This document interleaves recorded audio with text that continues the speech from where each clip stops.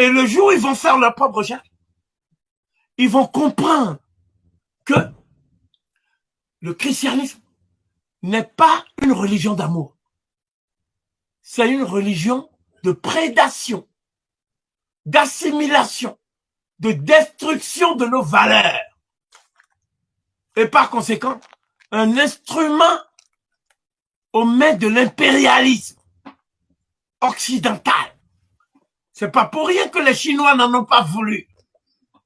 C'est pas pour rien que les Japonais n'en ont pas voulu. C'est pas pour rien que les Coréens du Nord n'en ont pas voulu.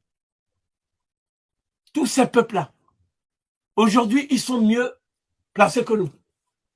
Si Jésus, lorsqu'on embrasse la foi, pouvait libérer les gens, leur donner la souveraineté, la nourriture, tout ça. Mais c'est l'Afrique qui serait première au monde. Parce que c'est en Afrique qu'on est dans Jésus jusqu'à la mort. Je connais des gens qui dorment à l'église.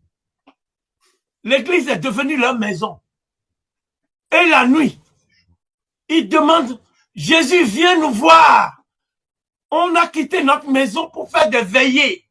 Des gens qui font des veillées pendant 30 jours consécutifs. Tu vois. Et tu les vois.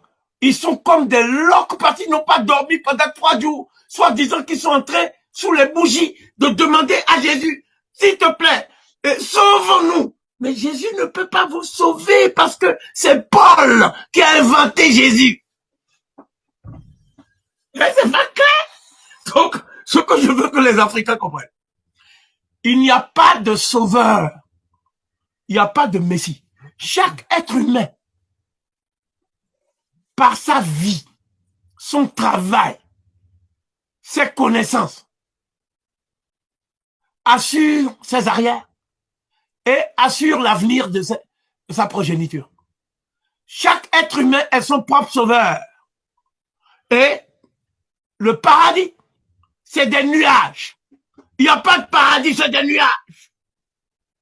Ils m'ont dit, Kofi, tu vas amener les Africains dans l'athéisme. Voici ma position.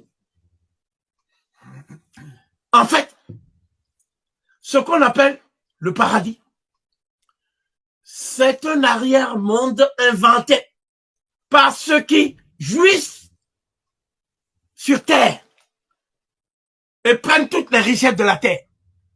Je vais même être plus explicite. Le paradis n'existe pas pour les Occidentaux. Ce qui existe, c'est la jouissance sur terre.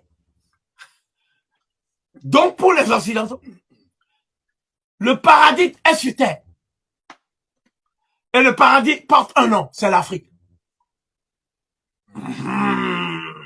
Et le paradis a un jardin de l'Éden. C'est le Congo. Le Congo, c'est le jardin de l'Éden.